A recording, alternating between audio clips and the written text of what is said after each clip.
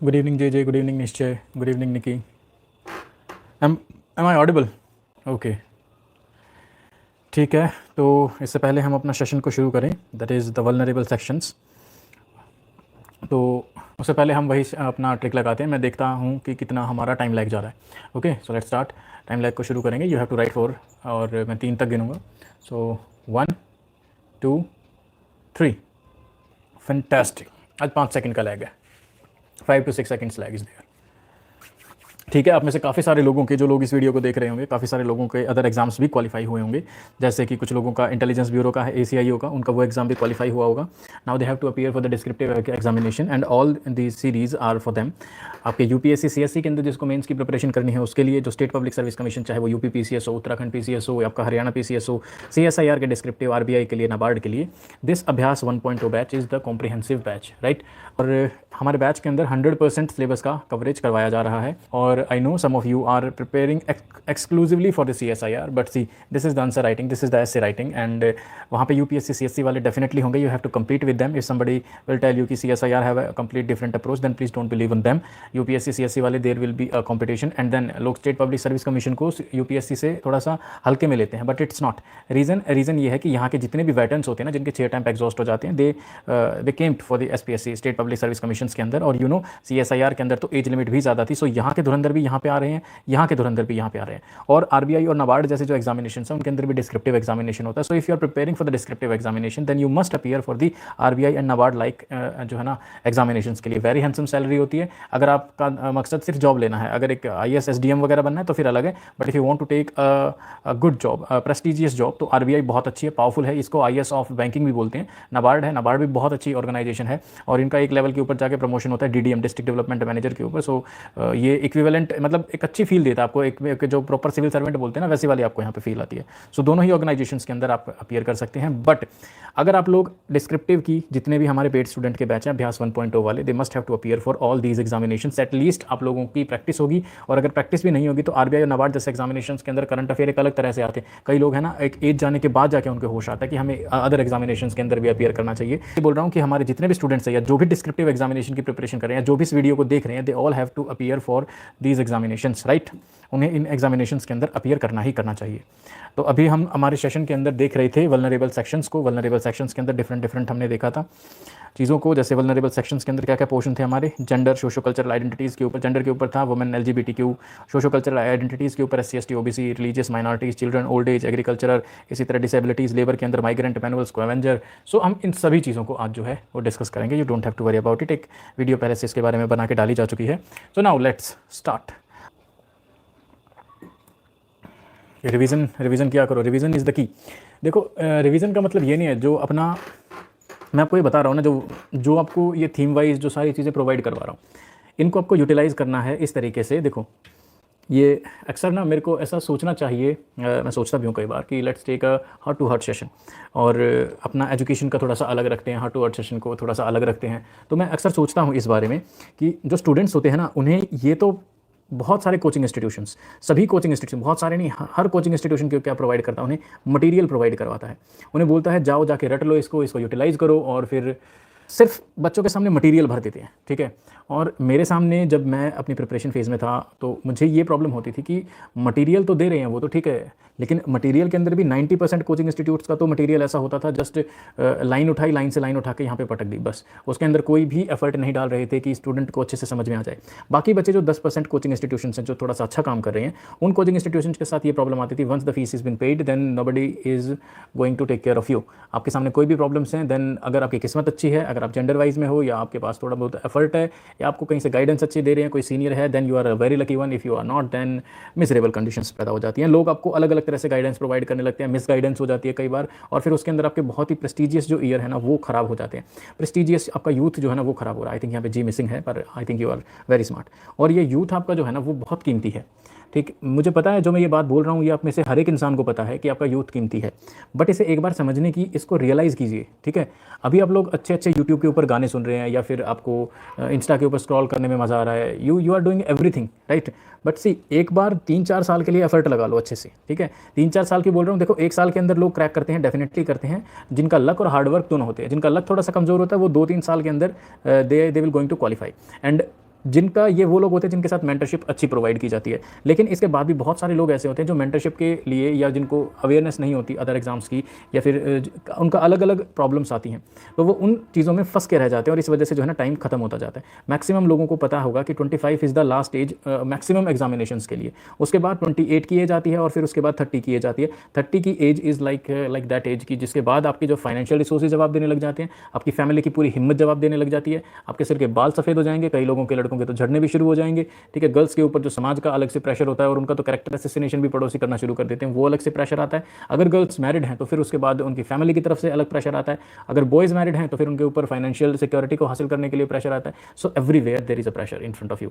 सो realise, अगर आप अपने किसी भी एज के फॉर्मेट में हैं, अगर आप 30 के अंदर हैं, so be very cautious. You have मैं क्या बताऊँ आपको, 0.001% आप रिस्क ले सकते हैं, इसके अलावा आप रिस्क नहीं ले सकते। जो कम एज के अंदर है, 25, 26, 27 या इससे कम की एज के अंदर हैं, they have to be very cautious. Please don't waste your years in misguidance, या फिर मतलब अलग अलग चीज़ों के चक्कर में मत पड़िए। एक फोकस्ड होकर प्रिपरेशन कीजिए, सब चीज़ों को कुछ देर के लिए हटा दीजिए, नेगेटिविटी को, जो आपने जो प्लान्स बनाया मूवी देखने जाने का, उसको अपने बहुत सारी चीज़ों को आप हटा दीजिए जो इरेलेवेंट चीज़ है।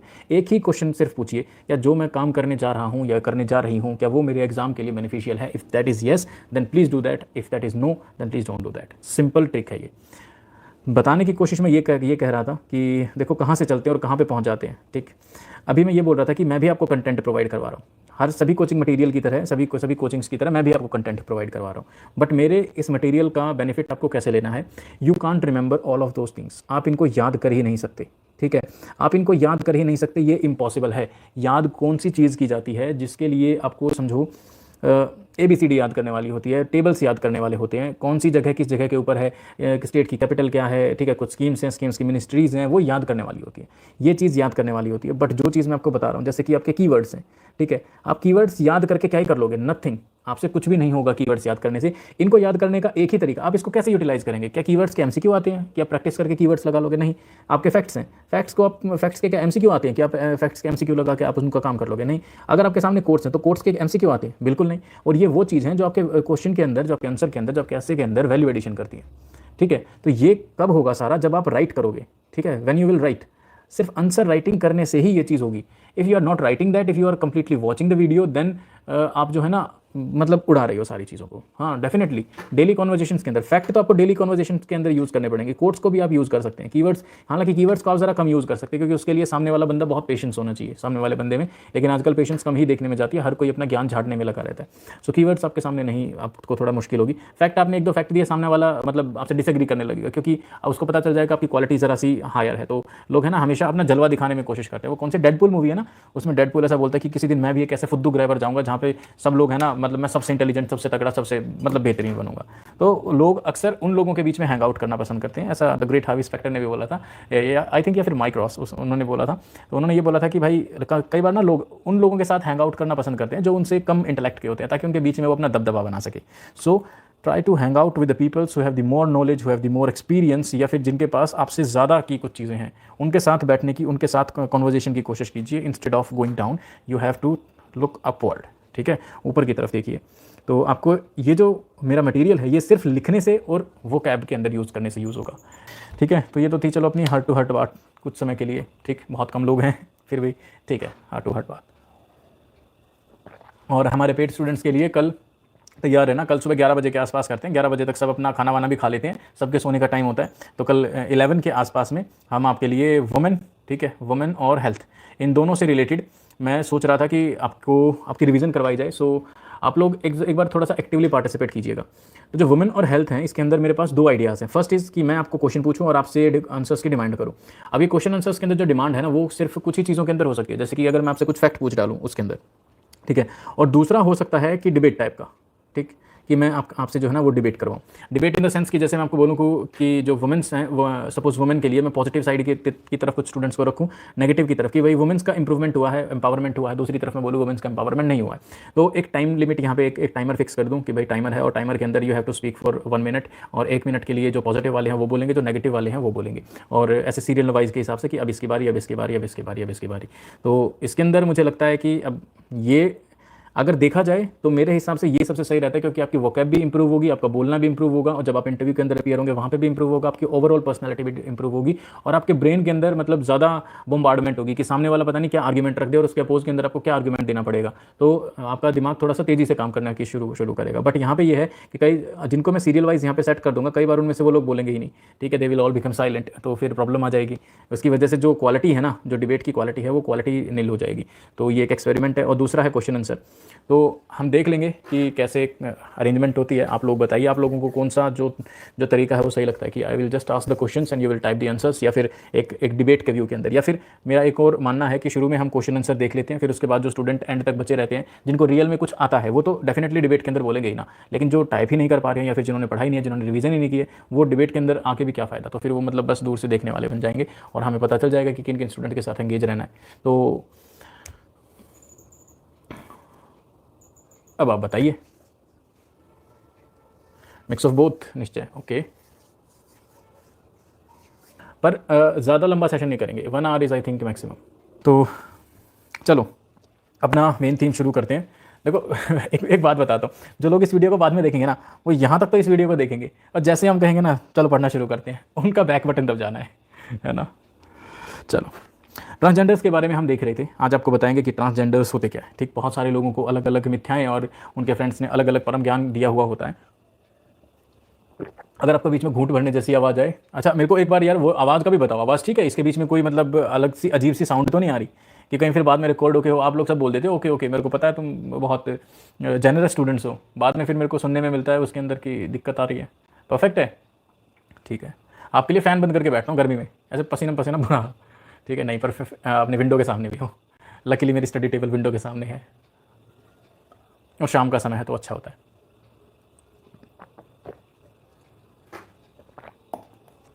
Hello ma'am and sir. अरे एसी लगा हुआ है, अभी एसी की ज़रूरत भी तो नहीं पड़ती ना, इतनी भी मतलब गर्मी नहीं बनी है कि एसी चलाना पड़े, एसी तो लगा हुआ है। चलो हाँ, ट्रांसजेंडर्स के बारे में बात करते हैं। सबसे पहले देखते हैं हम, वैसे मैंने फैक्ट ऊपर लिख दिया, इसको ऊपर लिखना चाहिए था। What are transgenders, who are transgenders, transgender होते क्या हैं। ये एक अम्ब्रेला टर्म है जो कि बताती है कि जिसकी जेंडर आइडेंटिटी उसके बायोलॉजिकल सेक्स के साथ मैच नहीं करती। अब ये प्रॉब्लम क्या होती है, जेंडर आइडेंटिटी। देखो ये आपके सामने एक कॉम्प्रिहेंसिव जो है ना, आपका क्या बताऊँ, डायग्राम है, ठीक है, पिक्टोरियल रिप्रेजेंटेशन है। Identity relates to your mind. अब आप माइंड में कैसा फील करते हैं, ठीक है। अगर मान लो कोई माइंड के अंदर अपने आप को मेल होकर फीमेल करता है एज्यूम, तो वो क्या है, वो उसका जो बायोलॉजिकल सेक्स है वो है मेल, और माइंड में अपने आप को क्या एज्यूम करता है, फीमेल। इसका मतलब क्या मैच हो रहा है, नहीं मैच हो रहा, so that means he is a transgender person. So same thing होती है, जिसकी आइडेंटिटी उसके बायोलॉजिकल सेक्स के साथ, जिसकी जेंडर आइडेंटिटी उसके बायोलॉजिकल सेक्स के साथ मैच नहीं करती, ज़्यादातर ब्रॉड टर्म्स के अंदर इन्हें क्या बोला जाता है, ट्रांसजेंडर्स, ठीक है। इसी तरह ओरिएंटेशन, ठीक है, ओरिएंटेशन बिलोंग करता है आपके हार्ट से रिलेटेड, ठीक है, कि आप किसको पसंद करते हैं। जैसे ये है sexual orientation, homosexual, heterosexual, bisexual. Homosexual मतलब कि जैसे आपके गेज होते हैं, ठीक है, कि आपको एक ही, अगर आप मेल हैं तो आपको मेल पसंद है, आप फीमेल हैं तो आपको फीमेल पसंद है, ये क्या है, होमोसेक्सुअल। देन बाईसेक्सुअल मतलब मेल को मेल भी पसंद है, मेल को फीमेल भी पसंद है, सो ये बाईसेक्सुअल। हेट्रोसेक्सुअल मतलब कि जैसे सिर्फ फीमेल है तो उनको मेल ही पसंद है, या मेल को सिर्फ फीमेल ही पसंद है, so these are the heterosexuals. इसी तरह बायोलॉजिकल सेक्स, ठीक है। इसी तरह आपका जेंडर एक्सप्रेशन, फेमिनाइन मतलब कि अगर आप फेमिनाइन कैरेक्टरिस्टिक्स के अंदर, फीमेल कैरेक्टरिस्टिक्स आपके अंदर ज़्यादा हैं। देन मैस्कुलाइन मतलब दोनों की सॉरी आपके अंदर मेल फीचर्स ज़्यादा हैं। एंड्रोगाइनस मतलब कि आपके पास दोनों ही फीचर्स आप कभी कभी एग्जिबिट करते हो। सो ये आपके लिए सिर्फ एक नॉलेज थी कि ट्रांसजेंडर्स बोलते किसको हैं। डेफिनेशन कभी भी नहीं पूछी जाएगी आपसे, बट कई बार जब इंटरव्यू के अंदर जब एग्जामिनर को आपको दुखी करना होता है ना, तो बहुत बेसिक टर्म्स के ऊपर चला जाता है, इतनी बेसिक टर्म्स के ऊपर चला जाता है कि सपोज आप सोसाइटी के ऊपर आपने पूरा लेक्चर दे डाला कि इंडिया की सोसाइटी है क्या, वो पूछ लेगा what is the meaning of society, what is the meaning of constitution, इतना बेसिक उतर जाएगा। और यहाँ पे आते ही मतलब आपका कॉन्फिडेंस हिलाने के लिए, अगर आपके बेसिक्स क्लियर नहीं होंगे आप हिल जाओगे, वहीं पे हिल जाओगे। बहुत सारे बीटेक वाले स्टूडेंट्स हो गए या फिर आपके डॉक्टर्स हो गए, मतलब वो शुरुआत के अंदर बेसिक चीज़ों के अंदर उनका दिमाग हिल जाता है। तो आपको बेसिक्स हमेशा स्ट्रॉन्ग रखने हैं अपने, ठीक। चलो फैक्ट देखते हैं। ठीक है, ओके। जेंडर आइडेंटिटी का मतलब है फीलिंग, आप फील कैसा करते हैं। Male and female are the sex categories, जब masculine and feminine are the gender categories. देखो जेंडर और सेक्स के बीच में क्या फ़र्क है, जो जो सेक्स है ना वो आपकी बायोलॉजिकल टर्म है, ठीक है, जो आपकी बायोलॉजी आपको देती है, जबकि जेंडर जो है ना, जेंडर आपकी सोशल टर्म है, ठीक है। Gender is related to your society, society आपको किस तरह रिकॉग्नाइज करती है, that is your gender. Sex, sex is that how medical science आपको किस तरह रिकॉग्नाइज करती है, वो आपका biological sex. So biological sex और जेंडर के अंदर चीज़ फर्क में आई, gender is the society, how society sees you, society आपको कैसे देखती है, सो जेंडर है ये, ठीक है। जेंडर और सेक्स के बीच में डिफरेंस आई थिंक आपको क्लियर हो गया होगा, अगर नहीं हो तो बीच में क्वेश्चन आप पूछ सकते हैं। चलिए अब कुछ फैक्ट के बारे में देख लेते हैं। पॉपुलेशन ट्रांसजेंडर्स की कितनी है, अराउंड 5 लाख के अराउंड है, और इनमें से भी लगभग 66% रूरल एरिया के अंदर है, अर्बन एरिया के अंदर ट्रांसजेंडर्स ज़्यादा नहीं रहते हैं।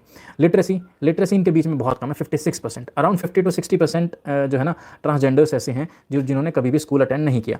अब ये आपके सामने क्या है, इन दो चीज़ों को लिंक करो, या तो सिर्फ इसको याद रखो या इसको याद रखो। अगर भाई 56% लिटरेसी है तो मतलब यहाँ पे आपके सामने मिला 44, राइट, 44 आपका बचा आउट ऑफ 100, मतलब 44% जो है ना ट्रांसजेंडर्स ऐसे हैं जो कभी स्कूल के अंदर नहीं गए। तो हमने यहाँ पे है ना, इसको आप 40 to 50 भी लिख सकते हो, 50 to 60 भी लिख सकते हो, अलग अलग डेटा, अलग अलग survey, but this is how you should learn your facts. कई लोग फैक्ट्स के अंदर बहुत स्ट्रॉन्ग होते हैं, जेनेटिकली स्ट्रॉन्ग होते हैं, ठीक है, मतलब जेनेटिकली नहीं होते, बचपन से ही उनको फैक्ट अच्छे से याद होते हैं। जिनको नहीं होते उनके लिए मैं बताता हूँ, उनको ऐसे याद रखना चाहिए चीज़ों को घुमा के, ठीक है, कि अगर इतने लोग यहाँ प्रेजेंट है तो जो बाकी बच गए आउट ऑफ 100 वो वहाँ होंगे, राइट। अब बताओ, अगर मान लो 66% रूरल एरिया के अंदर है तो कितने लोग अर्बन एरिया के अंदर होंगे, कितने परसेंट जो ट्रांसजेंडर्स है वो अर्बन एरिया के अंदर होंगे, टेल मी दिस, बताओ।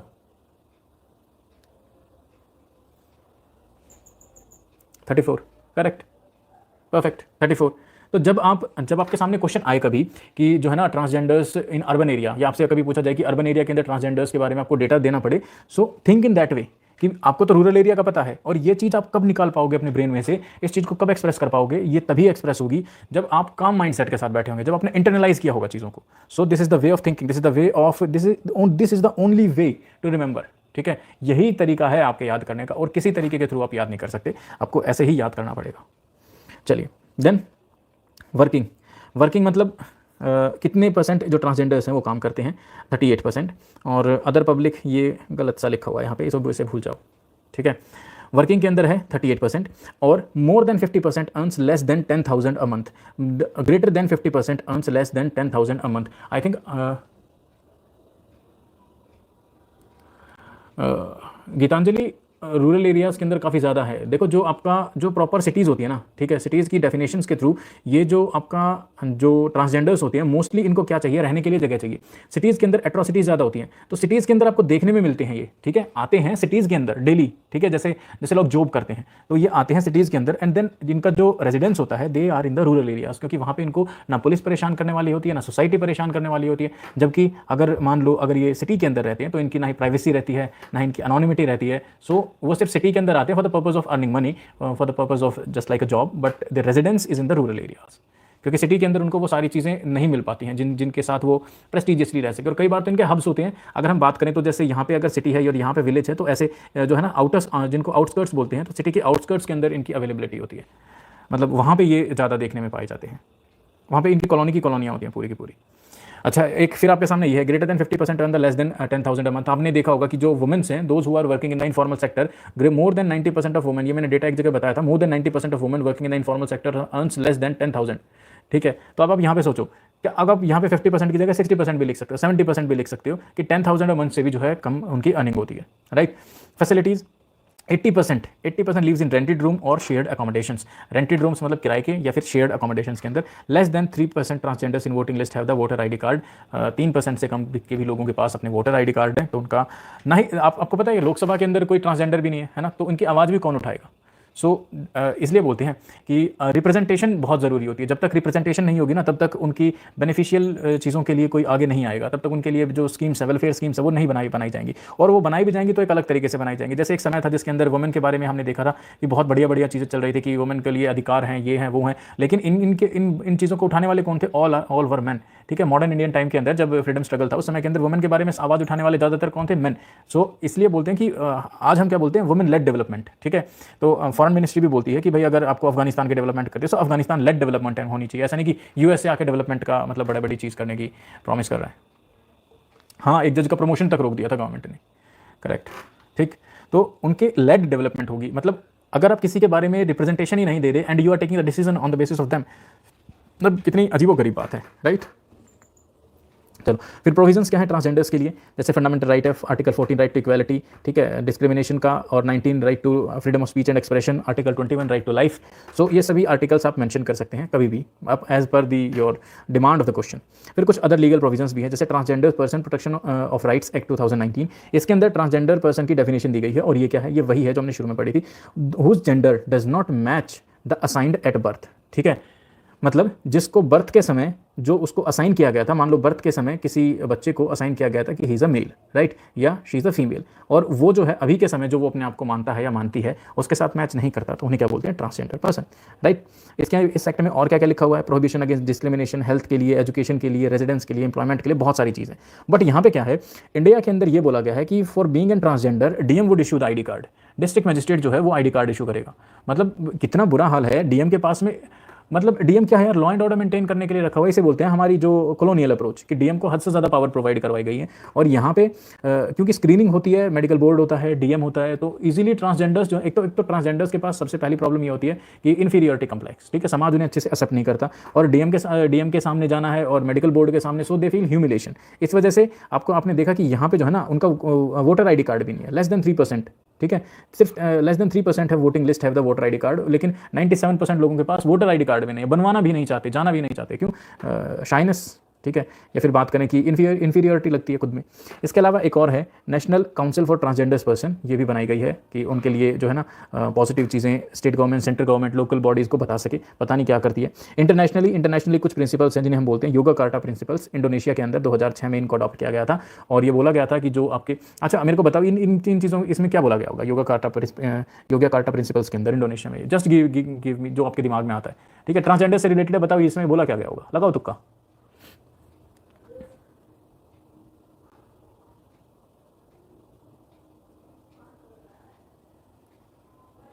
इंक्लूसिव, अरे protection of transgenders, equal rights, right, inclusive society को छोड़ दो कुछ समय के लिए, ट्रांसजेंडर्स के ऊपर फोकस करो, इक्वालिटी, राइट, हेल्थ, इंक्लूजन सबको जरूर लिखना होता है ना, इंक्लूजन, इक्वल राइट्स, हाँ, जो भी आपने सोचा है ना, ये सारी बातें आपका योगा कार्टा प्रिंसिपल्स इंडोनेशिया के अंदर जो मीटिंग हुई थी वहाँ पे इसके बारे में बात हुई थी, as simple as that. So I have nothing to write and this is the way I am telling you कि आपको ऐसी चीज़ें याद रखनी है, जो चीज़ आप सोच पा रहे हो वो बड़ी बड़ी इंस्टीट्यूशन ने सोच रखी होगी, आपने कुछ ऐसा अजीब सा नहीं सोचा है। हाँ, right to education, right to job, skill development के लिए, हेल्थ के लिए एक्सेस उनका होना चाहिए, ठीक है, उनके लिए वेलफेयर स्कीम्स बनाई जानी चाहिए, उनके प्रोटेक्शन होना चाहिए, उनके साथ समाज के अंदर डिस्क्रिमिनेशन ना हो, ये होना चाहिए, जो पुलिस वाले हैं पुलिस वाले उनके साथ अच्छे से ट्रीटमेंट करें, ये होना चाहिए, जॉब्स के अंदर रिजर्वेशन होनी चाहिए, ये होना चाहिए, मतलब जितनी चीज़ें आपके दिमाग में आती हैं सारी चीज़ इसके अंदर बोली गई है। और सुप्रीम कोर्ट ने क्या बोला है कि इसको भाई एज ए नेशनल लॉ की तरह ट्रीट किया जाना चाहिए, बट भारत सरकार कहती है you are the advisory body and we don't, मतलब हमें अच्छा आपकी बातें अच्छी नहीं लगी। Problems faced by transgenders in India, वैसे तो मेरे को आपसे ये पूछना चाहिए था कि क्या क्या प्रॉब्लम्स होती हैं, बट समय की कमी है तो मैं ही बताता चलता हूँ। सबसे पहले एडमिनिस्ट्रेटिव हर्डल्स, कि अगर किसी को अगर कोई ट्रांसजेंडर है, ठीक है, तो उसे अपना बर्थ सर्टिफिकेट बनवाने में दिक्कत होती है क्योंकि डेफिनेशन बहुत अजीबोगरीब है, और इस वजह से ट्रांसजेंडर्स मेंबर की अंडर रिपोर्टिंग होती है, अवेयरनेस भी नहीं होती कि उनके लिए क्या क्या जो है वेलफेयर स्कीम्स चली हुई है। क्योंककि अब देखो ना, ट्रांसजेंडर के से रिलेटेड स्कीम्स के अंदर कौन आपको बैठे हुए मिलेंगे आगे, मेल या फिर फीमेल, और जो आपकी जो ट्रांसजेंडर्स हैं दे आर, मतलब उनका बायोलॉजिकल सेक्स उनके जेंडर उसके साथ मैच नहीं करता, सो उनको एक वहाँ पे अजीब सा फील होता है एंट्री लेते हुए। जैसे अगर मान लो, छोड़ो आप लोगों को पता है, खैर ठीक है, तो इस वजह से क्या है, ये बड़ा ही बेतुकी सी चीज़ है कि ठीक, इनसेंसिटिविटी, मतलब इसको बोलते हैं ना कि गंजा जो है वो कंघे के लिए लड़ रहा है, ठीक है, तो ऐसे ही bald person, two bald person are fighting for the comb, इसको बोलते हैं सियाचिन के लिए, ठीक है, सियाचिन ग्लेशियर के लिए बोला जाता है इंडिया और पाकिस्तान को। छोड़ो हम, अच्छा हम नेक्स्ट अपना जो है ना वो इंटरनल सिक्योरिटी करेंगे। इंटेलिजेंस ब्यूरो के अंदर कुछ लोग सेलेक्ट होने के लिए आंसर राइटिंग की डिमांड कर रहे थे, so we will complete will that also. चलो, बहुत सारी चीज़ें हैं ना एकदम से दिमाग में आती है, so sorry for breaking the flow. अच्छा, इनसेंसिटिविटी है लॉ एनफोर्समेंट एजेंसीज़ के अंदर, उनको भी ऐसा दिखता है कि ये जो है ना आपके ट्रांसजेंडर्स हैं, इनको पकड़ो मारो पीटो, इनसे जो पैसे मिले वो लो। और ये बात तो ना लॉ एनफोर्समेंट एजेंसी की सिर्फ ट्रांसजेंडर्स के लिए नहीं है, उनको लगभग सभी ऐसे ही लगते हैं, ठीक है। इसके अलावा सोशल स्टिग्मा और जो एक्सक्लूजन है, सोशल स्टिग्मा आप समझ गए होंगे, इन्फीरियरिटी वाला है, ठीक है, और एक्सक्लूजन मतलब उन्हें बाहर सा रखा जाता है, ना ही उनको वुमेन की स्कीम्स का बेनिफिट मिलता है, ना इनको मैन की स्कीम्स का बेनिफिट मिलता है। तो डिस्क्रिमिनेशन उनका होता है हर जगह पे, चाहे वो एजुकेशन हो, हेल्थ हो, एम्प्लॉयमेंट हो, हर जगह पे उनको परेशानी होने की सामना करना पड़ता है। साथ में there is a nil representation in the parliament, parliament के अंदर कोई भी ट्रांसजेंडर नहीं है जो उनकी बात को जो है ना प्रखरता से रख सके। इसकी वजह से वो एक्सट्रीमली वल्नरेबल हो जाते हैं। ह्यूमन ट्रैफिकिंग के लिए, बैगिंग के लिए भीख मंगवाया जाता है, डांस करवाया जाता है फॉर समटाइम्स दे डांस, कि उनको जीवित रहने के लिए डांस मतलब करना पड़ता है समाज के सामने।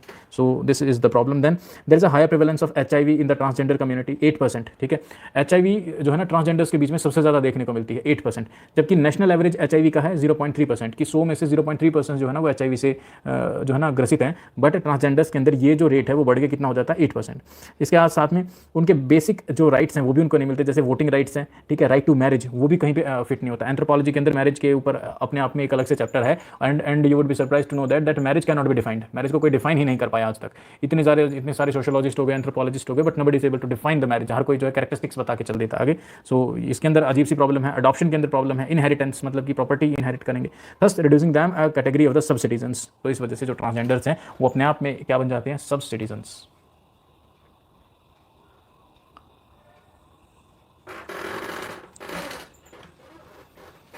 Okay, sorry for my chair की वॉइस के लिए। चलो अभी कुछ रीसेंट इनिशिएटिव देखते हैं कि रीसेंट इनिशिएटिव्स क्या क्या हैं इसके लिए।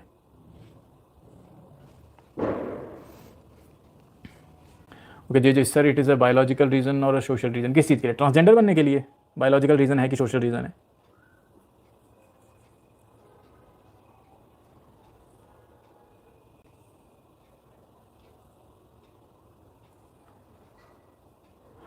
चलिए, मैं जैसा मैंने आपके क्वेश्चन को इंटरप्रेट किया मैं उसका मतलब बता देता हूँ, ठीक है।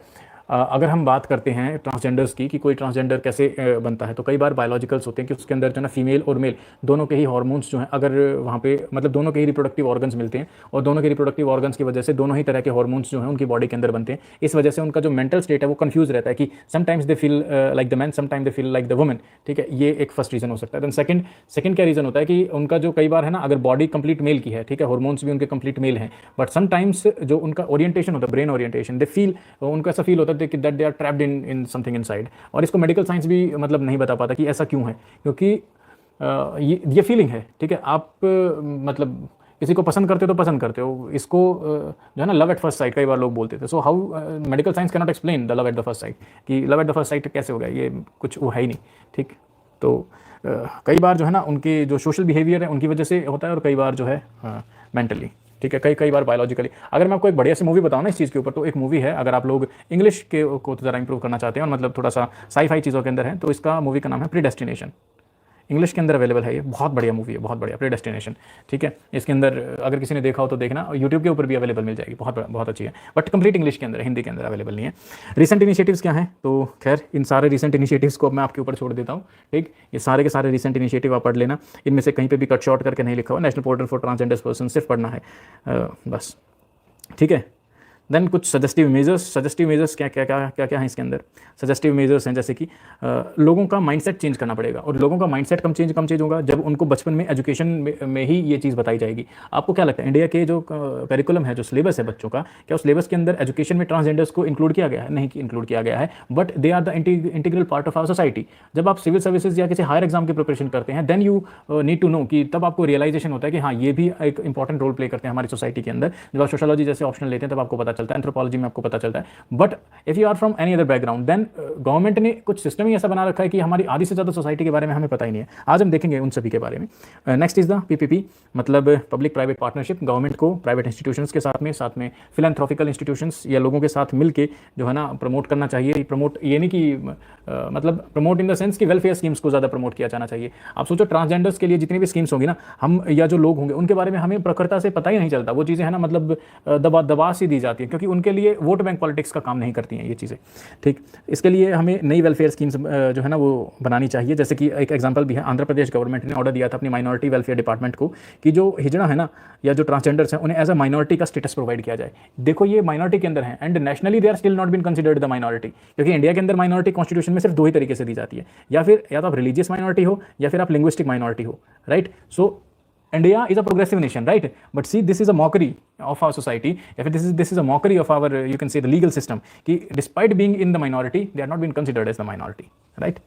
चलिए, देन सेल्फ डिटर्मिनेशन। आपको पता है डीएम के सामने जाके जो है ना एप्लीकेशन डीएम साइन करेगा तब आईडी कार्ड मिलेगा, लेकिन इंटरनेशनली कुछ कंट्रीज हैं जैसे आयरलैंड, अर्जेंटीना देख रहे हो साउथ अमेरिका के अंदर, ठीक है, आटाकामा डेजर्ट है वहाँ पे, तो क्या है मतलब अर्जेंटीना, माल्टा आपका मेडिटेरेनियन सी के अंदर है, कोलंबिया, डेनमार्क तो ठीक है, बट कोलंबिया और आपका ये जो है ना Malta, Argentina, they are not the developed nations, ठीक, मतलब हर चीज़ में रिच नहीं है ये।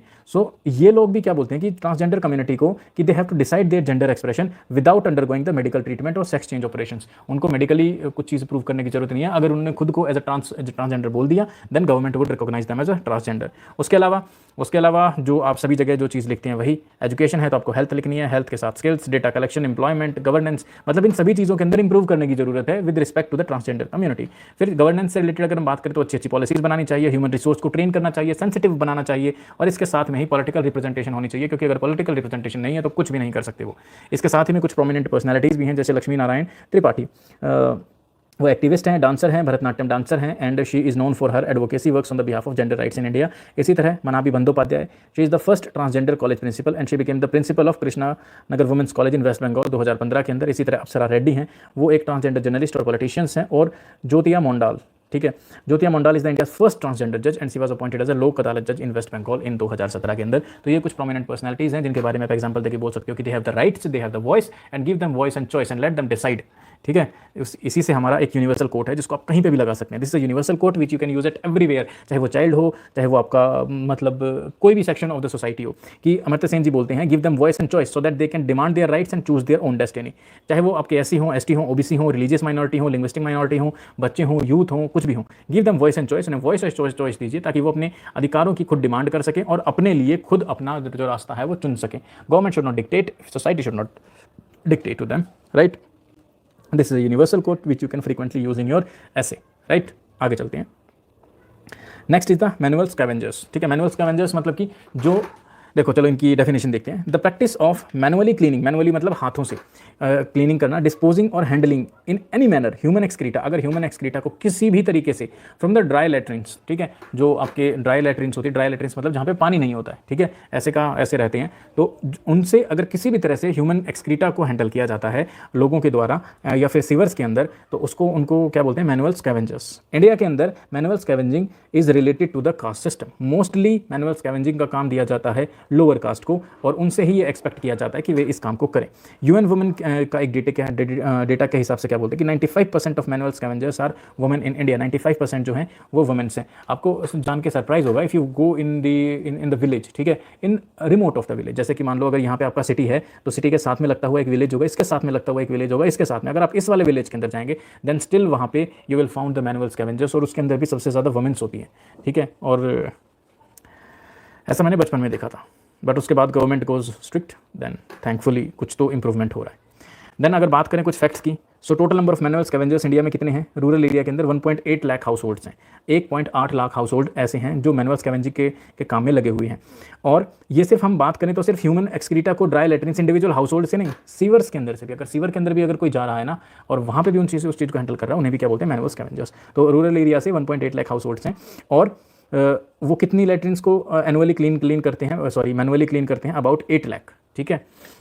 डेथ्स भी होती हैं इसके अंदर उनकी, ठीक है। लगभग 1300 डेथ हुई थी, मोर देन द टेररिज्म। 2016 के अंदर टेररिज्म की वजह से 516 लोगों की डेथ हुई थी।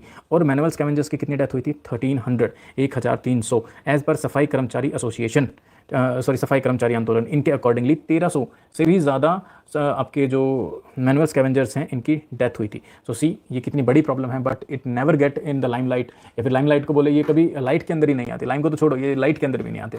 तो आपको पता चल रहा है ना, CSIR के अंदर पेपर लीक होता है और कोई इंस्टीट्यूशन कोई कुछ भी नहीं बोलता है, ठीक है। जबकि वहीं पे SSC का अगर कोई पेपर लीक होता है तो एकदम बवाल बन जाता है, ठीक। बहुत सारे मतलब मिलियन व्यूज़ ऐसे ही आ जाते हैं। और व्यूज़ को भी छोड़ो, उनके ऊपर जो है ना पैसा इकट्ठा करना, चैरिटी और मतलब कोर्ट केस और वो सब चीज़ हो जाती है। रीज़न इज़ दिस, यहाँ पे जो क्राउड है वो कम है, रिप्रेजेंटेशन कम है, वॉइस कम है, वॉइस की आवाज़ नहीं है। वहीं पे SSC के अंदर स्टूडेंट्स, आप देखो ना, SSC के अंदर तो एज रिलैक्सेशन भी प्रोवाइड की गई थी हर आपकी जॉब के अंदर, बल्कि अदर के अंदर प्रोवाइड नहीं की गई ड्यू टू द कोविड। सो ये होती है न्यूमेरिकल स्ट्रेंथ के बारे में। So numerical strength does matter, ठीक है, हर जगह मतलब जो ट्रेडिशनल सिस्टम है वो काम नहीं करता, न्यूमेरिकल स्ट्रेंथ डज मैटर, और ये आपको सोसाइटी के अंदर आगे लिखने में काम आएगा, चिंता मत करो। Insanitary latrines are the biggest cause of the manual scavenging because it require the human excreta to be cleaned और हैंडल्ड मैनुअली, राइट। ये प्रेवलेंट क्यों है? First reason is the caste system की वजह से, और दूसरा क्यूमुलेटिव डिस्क्रिमिनेशन। क्यूमुलेटिव डिस्क्रिमिनेशन का मतलब ये होता है कि उनको शुरू से ही डिस्क्रिमिनेट करना शुरू किया जाता है, ठीक है, और मतलब उनको कुछ और नॉलेज भी प्राप्त नहीं करने दी जाती। जैसे अगर हम बात करें, अगर हम कास्ट सिस्टम के बारे में बात करें तो इंडिया में कास्ट सिस्टम इतने हैवी तरीके से प्रेवलेंट था। सम टाइम हम कास्ट सिस्टम है ना, कोई सिंपल चीज़ नहीं है, बहुत कॉम्प्लेक्स चीज़ है, ठीक है, इवन साइंस एंड टेक से भी ज़्यादा कॉम्प्लेक्स ये चीज़ है। तो इसको बहुत कभी है ना, बाद में हम इसको इशू करेंगे, सॉरी इसको एड्रेस करेंगे कास्ट सिस्टम को। कास्ट सिस्टम इतना ज़्यादा प्रेवलेंट है इंडिया के अंदर कि सपोज अगर कोई ब्लैक स्मिथ का बच्चा है ना, ठीक है, ब्लैक स्मिथ का, और अगर उसे पढ़ने जाना है, ठीक, तो उसको बोलेंगे कि भाई पढ़ाई तुम्हारा काम ही नहीं है, तुम्हारा काम है आयरन को हैंडल करना, so go at there and do that work. So सोचो जो मैनुअल स्कैवेंजर्स हैं वो ब्लैक स्मिथ वाला काम भी नहीं कर सकते, गोल्ड स्मिथ वाला भी नहीं कर सकते, पढ़ाई भी नहीं कर सकते। सो उन्हें बचपन से ही उनकी चॉइसेस को इतना लिमिटेड कर दिया जाता है कि you have to do this only work, और इतना उनके अंदर इम्बाइब कर दिया जाता है that they don't even feel, कि उनको अंदर से भी फील नहीं होता, कई बार इतना ज़्यादा उनके सोसाइटी दिमाग में भर देती है कि हमारे ऊपर डिस्क्रिमिनेशन हो रहा है, हमारे ऊपर एट्रोसिटीज़ हो रही हैं, दे don't even feel that. Sometimes इसी वजह से एनजीओ जाते हैं और बताते हैं कि देखो देखो आपके ऊपर अत्याचार हो रहा है, yes see the other peoples, तब उनको बताया जाता है, वरना ये सोसाइटी होती है जो उनके दिमाग में भर देती है कि आपको ऐसा ही करना है।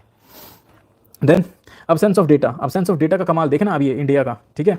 According to minister of social justice and empowerment, minister of social justice and empowerment 2017 के अंदर ऐसा बोला जाता है कि पूरी इंडिया के अंदर लगभग 13,000 मैनुअल स्कैवेंजर्स हैं। प्रोहिबिशन है, लेकिन भारत सरकार बोलती है जी हैं मैनुअल स्कैवेंजर्स अक्रॉस 13 स्टेट्स, जबकि 22 स्टेट्स ने बोला एक भी सिंगल मैनुअल स्कैवेंजर नहीं है। मतलब 22 स्टेट्स इंडिया के ऐसे बैठे हुए हैं जिनको लगता है हमारे यहाँ पे एक भी नहीं है जी। क्यों? क्योंकि उन्होंने कुछ सर्वे ही नहीं किया, वो गए ही नहीं ग्राउंड के ऊपर, उन्हें कोई परवाह ही नहीं इन चीज़ों की, ठीक। Then lack of rehabilitation and alternative employment opportunities, कि चलो भाई उनको हमने देख भी लिया, आप गए एज एनजीओ की फॉर्मेट के अंदर, आप सोचो अपने आपको, आप गए, आपने बोला कि ये आपके साथ डिस्क्रिमिनेशन हो रहा है, आपके साथ अत्याचार हो रहा है, एट्रोसिटीज़ हो रही है, उन्होंने बोला ठीक है कल से मैं ये काम नहीं करता, अब बताओ, ठीक, अब हो गई वहाँ पे साइन करवा के वापस लेके आओगे क्या? रिहेबिलिटेशन के लिए पैसा चाहिए, गवर्नमेंट पैसा रिलीज नहीं करती। अल्टरनेटिव एम्प्लॉयमेंट चाहिए कि भाई एक बार आपने पैसा दे दिया, उसकी जेब में 5,000 डाल दिया, लेकिन 5,000 के बाद फिर वो क्या करेगा?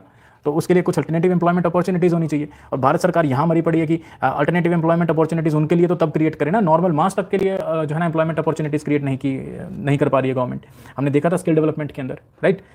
साथ में poor implementation of acts and policies, ये देखना बहुत खतरनाक चीज़ है। कैग है ना, कैग क्रिटिसाइज करती है रेलवे को, क्या कि जो रेलवे के अंदर जो मैनुअल स्कैवेंजर्स हैं उनको प्रोटेक्टिव गियर नहीं प्रोवाइड कर रहे हैं। मतलब जो पैंट वगैरह होती है जैसे, या फिर जो ग्लव्स होते हैं, पूरा मास्क होता है, वो तक प्रोवाइड करने में है ना रेलवे बहुत लैग्जिटी, मतलब आलसी टाइप का बिहेव कर रही है। सोचो भारत सरकार के अंदर रेलवे खुद अगर उनके साथ ऐसा कर रही है तो भाई क्या ही मतलब एज्यूम करोगे अदर लोगों से। और अगर इस चीज़ के अंदर किसी को अरेस्ट भी कर लिया जाए, ठीक है, कि भाई आप इनसे मैनुअल स्कैवेंजिंग का काम करवा रहे हो, अरेस्ट करो, कन्विक्शन रेट बहुत कम है, खत्म है कन्विक्शन रेट, और लोगों के अंदर अवेयरनेस तो है ही नहीं, ठीक है। खुद मैंने बताया कि सोसाइटी के अंदर खुद उनको पता नहीं होता। खैर कुछ प्रोविजंस हैं मैनुअल स्कैवेंजर्स के लिए, जैसे अगर आपको कमेटी का नाम लिखना पड़े तो कमेटी का नाम जैसे भी आपको जो भी चीज़ आपको अच्छी लगे वो चीज़ें लिख के बोल देना। ऐसी रिकमेंडेशन काका केलकर कमेटी ने दी थी 1953 के अंदर, और ऐसी रिकमेंडेशन मलकानी कमेटी ने दी थी 1957 में, और पांड्या कमेटी ने दी थी 1969 के अंदर।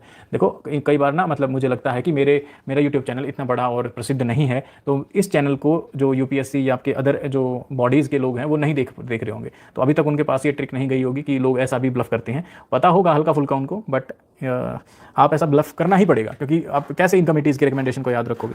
इसके अलावा एक जो बड़ा एक्ट है वो आपको देखना है, ये सिर्फ नाम याद रखना है। ये जो पूरी डिटेल है ये उन लोगों के लिए है जो मेंस के अंदर अपीयर करते हैं with respect to the UPSC या फिर अदर एग्जामिनेशंस के अंदर। ये सीएसआईआर के अंदर कभी भी नहीं पूछा जाएगा, आपको सिर्फ एक नाम डालना होगा। नाम क्या है? Prohibition of employment of manual scavenger and their rehabilitation, कि मैनुअल स्कैवेंजर्स को आप एम्प्लॉयमेंट के ऊपर नहीं रख सकते और उनका रिहेबिलिटेशन करना है। 2013 के अंदर ये एक्ट है। बाकी इसके अंदर क्या बोला गया था कि जो कंस्ट्रक्शन है इनसैनिटरी लैट्रिन्स का, उनको प्रोहिबिट कर दिया जाए। मतलब अब जो है ना फ्लश होना चाहिए या फिर वेस्ट का डिस्पोजल होना चाहिए, कुछ ना कुछ होना चाहिए, मैनुअल हैंडलिंग नहीं होनी चाहिए। और अगर हैंडलिंग हो भी तो भी कंप्लीट डिकम्पोजिशन होना चाहिए ह्यूमन एक्सक्रीटा का। ऐसा नहीं है कि मतलब कंप्लीट हाफ डिकम्पोजिशन हुआ और उठाने के लिए बोल दिया, नहीं, कंप्लीट डिकम्पोजिशन, कंप्लीट मिट्टी के अंदर मिला हुआ होना चाहिए सब कुछ। Then all existing contract with the manual scavengers shall be void. अभी के समय जो भी मैनुअल स्कैवेंजर्स के साथ जितने भी कॉन्ट्रैक्ट हैं सभी के सभी रद्द किए जाएं। और सोचो इसके बावजूद भी, ये आपका डेटा कब का था? 2017 का। इसका होने के बावजूद भी आपका minister of social justice and empowerment बोलती है 13,000 मैनुअल स्कैवेंजर्स हैं। वो कब हैं? जब इतना बुरा हाल हुआ पड़ा है कि 22 स्टेट बोलते हैं हमारे यहाँ पे एक भी नहीं है, ठीक है, तब भी 13,000 है, ठीक है। Then employer shall retain the full time scavengers on the same salary and assign them to the different work. इसका मतलब ये है कि जो एम्प्लॉयर है वो उनको सेम सैलरी के ऊपर अपने पास रखेंगे और उनको कुछ और काम प्रोवाइड करवाएंगे। इसके अलावा रिहेबिलिटेशन के लिए वन टाइम कैश असिस्टेंस मिलेगा, बच्चों के लिए स्कॉलरशिप मिलेगी, एक प्लॉट मिलेगा, जमीन का टुकड़ा मिलेगा, स्किल ट्रेनिंग मिलेगी, लोन मिलेगा अपना काम शुरू करने के लिए। और स्कीम के लिए DM will be the implementing authority. अब देखो, डीएम ट्रांसजेंडर्स को भी देख रहा है, डीएम जो है ना आपके डिसेबल्स को भी देख रहा है, डीएम आपके मैनुअल स्कैवेंजर्स को भी देख रहा है, डीएम जमीन से अतिक्रमण भी हटा रहा है, डीएम लॉ एंड ऑर्डर को भी देख रहा है, ठीक है, डीएम मंत्री साहब के लिए भी खड़ा हुआ है। तो डीएम को मार दो, है ना, डीएम के गले में फंदा लगा दो यार। इतना रिस्पॉन्सिबिलिटी थोड़ी ना होती है। डीएम है कोई भगवान थोड़ी ना है, लेकिन इंडिया में इतनी पावर दी गई है डीएम को, that's why DM is equivalent to the Bhagwan. Offences under the bill shall be cognizable and non bailable. Cognizable का मतलब है वारंट की जरूरत नहीं है, और नॉन बेलेबल का मतलब है बेल नहीं मिलेगी, ठीक है, पकड़े गए, फंस गए, मर गए। तो कुछ फंडामेंटल राइट भी हैं इसके अलावा, 17, 21, 23 है फोर्स लेबर से रिलेटेड, 42 ह्यूमन कंडीशन, 47 न्यूट्रिशन के लिए। कुछ एक्ट्स भी हैं, CRPA civil rights protection act 1955, SC/ST prevention atrocities act 1989, bonded labour abolition act 1976, इनका नाम आप लिख सकते हैं। इसके अलावा कुछ बॉडी भी हैं, जैसे national commission for scheduled caste, then national commission for Safai Karamchari. कुछ गवर्नमेंट स्कीम्स भी हैं, जैसे कि self employment scheme for rehabilitation of manual scavenger, ये राष्ट्रीय गरिमा अभियान, ठीक है। देखो, इन चीज़ों को जब मैं टिक करके भाग रहा हूँ ना आगे, तो इसके अंदर एक्सप्लेनेशन का कुछ है नहीं, लेकिन आपको ये पढ़ना जरूर है। क्यों? क्योंकि जब आप राष्ट्रीय गरिमा अभियान, सपोज मैंने यहाँ पे लिखा है और आपने इस चीज़ की तरफ ध्यान नहीं दिया, लेकिन पेपर के अंदर कैसा आता है कई बार ऑप्शनल पेपर के अंदर कि Rashtriya Garima Abhiyan is related to which of the following. Option A women के लिए, ठीक है, ऑप्शन बी डिसेबल्स के लिए, ऑप्शन सी ट्रांसजेंडर्स के लिए, ऑप्शन डी मैनुअल स्कैवेंजर्स के लिए, और फिर राष्ट्रीय गरिमा अभियान के अंदर आप खत्म, ठीक। आपको ये चारों जगह पे लगेगा, ठीक। बट ये होता है कि आपकी इनडायरेक्ट नॉलेज काम आती है, this is your indirect knowledge. चलिए अब और आगे चलते हैं। वे फॉरवर्ड क्या है? अच्छे से इंप्लीमेंटेशन किया जाए पॉलिसीज़ का, आइडेंटिफिकेशन हो मैनुअल स्कैवेंजर्स का, लोगों के एटीट्यूड के अंदर चेंज आए, अवेयरनेस का क्रिएशन हो। अवेयरनेस का क्रिएशन कैसे किया जाए? अवेयरनेस का क्रिएशन होगा नाटक के थ्रू, कम्युनिटी फेस्ट के थ्रू, ठीक है, डिफरेंट एडवर्टाइजमेंट के थ्रू। साथ में जो आपके मैनुअल स्कैवेंजर्स उनकी सोशल सिक्योरिटी का प्रबंध किया जाए, रिहेबिलिटेशन का प्रबंध किया जाए, हर तरह का हाउस का, हेल्थ का, एजुकेशन का, etcetera etcetera. You guys are very intelligent. Then promote sanitation, sanitation खुद प्रमोट किया जाए। देखो यहाँ पे आप कैसे देख पा रहे हैं, या तो इन वे फॉरवर्ड्स को याद करना सीखो या इमेजिन करना सीखो। What are the stakeholders? यहाँ पे स्टेक होल्डर अप्रोच लग रही है direct, right. Stakeholder approach का मतलब एक तरफ से आपने देखा कि मैनुअल जो स्कैवेंजर्स हैं वो क्या कर सकते हैं, ठीक है, आपने एक तरफ मैनुअल स्कैवेंजर्स को देखा, दूसरी तरफ आपने देखा कि गवर्नमेंट की तरफ से हमें क्या इनिशिएटिव लेने की जरूरत है, तीसरा आपने देखा सोसाइटी की तरफ से आपको हमें क्या जो है ना लेने की जरूरत है, देन आपने देखा एनजीओ की तरफ से क्या जो है ना वो लेने की जरूरत है। गवर्नमेंट के अंदर आप देखेंगे तो गवर्नेंस को देखेंगे, सोसाइटी के अंदर आप देखेंगे कि नुक्कड़ नाटक आ गया, ठीक है। मैनुअल स्कैवेंजर्स के लिए हम देखेंगे तो देखेंगे हर तरह की चीज़ प्रोवाइड करवाई जानी चाहिए। सोसाइटी के अंदर आपका स्वच्छ भारत मिशन आ गया कि आप खुद ही ठीक कर लो, तो मैनुअल स्कैवेंजर्स की जरूरत नहीं पड़ेगी, और एनजीओ की इन्वॉल्वमेंट हो गई। सो ये आप खुद भी लिख सकते हैं, this is the stakeholder approach. So try do not to memorise these things but just have a back seat. और आप देखिए, मैं आपको एक सिंपल एग्जांपल देता हूं आपको कैसे देखना होता है कभी भी ऐसे के अंदर या आपके जीएस रिलेटेड ऑप्शन क्वेश्चन के अंदर, क्योंकि ये जर्नलिस्टिक एग्जाम है। जर्नलिस्टिक एग्जाम में how you have to look. Suppose आप अपनी गली के अंदर जा रहे हैं ऐसा करके, ठीक है, और यहाँ पे बहुत सारे घर हैं, करेक्ट है, बहुत सारे हाउसेज बने हुए हैं आपके इधर गली में, ठीक। अब आप सोचिए, अगर आप किसी घर के सामने ऐसे जाके खड़े होंगे तो क्या आप उस घर के बारे में पूरा डिस्क्राइब कर पाएंगे कि ये घर में कितने रूम्स हैं, कितने नहीं है? सिर्फ बाहर खड़ा होना, आपको अंदर नहीं जाना। तो यहाँ से आप इतना अच्छे तरीके से डिस्क्राइब नहीं कर पाएंगे, आपको सिर्फ फ्रंट गेट दिख रहा है। आप इसके कितने भी पास चले जाएं, आपको सिर्फ फ्रंट गेट ही दिखेगा, नथिंग एल्स। बट इसको बोलते हैं मतलब कि एक बड़ा व्यू। यहाँ से आप सोचो, आपको ऐसे नहीं देखना, अब आप इसके ऊपर आ गए, मतलब आप आसमान में हैं, आसमान से आपको नीचे दिखाई दे रहा है, सैटेलाइट व्यू दिखाई दे रहा है। तो आप सैटेलाइट व्यू से बेटर लिख पाएंगे कि इसकी हाइट, इसकी जो है ना लेंथ एंड ब्रेथ ये है, इसकी हाइट लगभग इसके बराबर है। अगर वो पूरा ऊपर से मतलब लेंटर वगैरह उसके ऊपर नहीं होगा तो आप देख पाएंगे कि यहाँ पे कितने कितने रूम्स हैं, बीच में गैलरी है कि नहीं है, कौन सा ओपन स्पेस है, कौन सा नहीं है। तो आपको ये व्यू पॉइंट रखना है, आपको क्लोज नहीं आना, आपको जरा सा दूर जाना है और मतलब अपना एंगल चेंज करना है। You don't have to think that from the front, you have to think it from the upper side. ऊपर से चीज़ों को देखना होता है। तो अगर आप इसे फ्रंट से देखेंगे ना, फ्रंट से देखने का मतलब है इफेक्टिव इंप्लीमेंटेशन ऑफ पॉलिसीज, आप इसको फ्रंट से देख रहे हैं। लेकिन अगर आप इसको जरा सा पीछे होकर और एंगल चेंज करके देख रहे हैं तो आपको दिख रहा है ये स्टेक होल्डर से ही रिलेटेड चीज़ें हैं। So this is how you should think, right. आगे चलते हैं। Next is the migrant labour. Migrant labour मतलब कि जो अपनी एक जगह से छोड़ के दूसरी जगह के ऊपर जाते हैं, काम करते हैं। ये कुछ डेफिनेशन है। A person who has been recruited by employer और कॉन्ट्रैक्टर, जिसको रिक्रूट किया जाता है to for the working in other state, और any person who moves on his own to another state and obtains the employment there. या तो कोई employer उन्हें रिक्रूट करे या वो खुद ही दूसरे स्टेट में जाके काम करता है, तो उसे क्या बोलते हैं? Migrant labour. लेकिन ये भारत सरकार का एक कैच है, आप अदर एग्जाम्स के अंदर भी यूटिलाइज हो सकता है। ऑक्यूपेशनल सेफ्टी कोड 2020 के अकॉर्डिंगली उन्हीं को माइग्रेंट लेबर बोला गया है, जिनकी सैलरी मैक्सिमम 18,000 है। जिनके 18,000 से कम है वो माइग्रेंट लेबर है, अगर दूसरे स्टेट में जाते हैं। अगर आप सपोज यहाँ पे यूपी में हो और आप शिफ्ट करके जाते हो तमिलनाडु के अंदर, आपकी सैलरी है 25,000, then you want be considered as a migrant labour, right. तो ये आपके सामने कुछ लीगल टर्मिनोलॉजी है। देन कुछ फैक्ट्स के बारे में बात करेंगे। इंडिया के अंदर as per census 2011 45 crore internal migrant हैं। जो कि लगभग 37% है टोटल पॉपुलेशन का। इकोनॉमिक सर्वे 2016 क्या बोलता है कि ये जो इंटरनल माइग्रेंट वर्कर्स हैं वो 14 करोड़ है, मतलब 45 करोड़ से 14 करोड़। लिख आप इन दोनों में से किसी एक को भी सकते हैं, ये आपके विवेक के ऊपर निर्भर करता है। अब इसका मतलब क्या है, अगर आपको सिर्फ नंबर लिखना है इंटरनल माइग्रेंट्स का तो आप इस फैक्ट को लिखिए, आप इसको अवॉइड कीजिए। क्यों?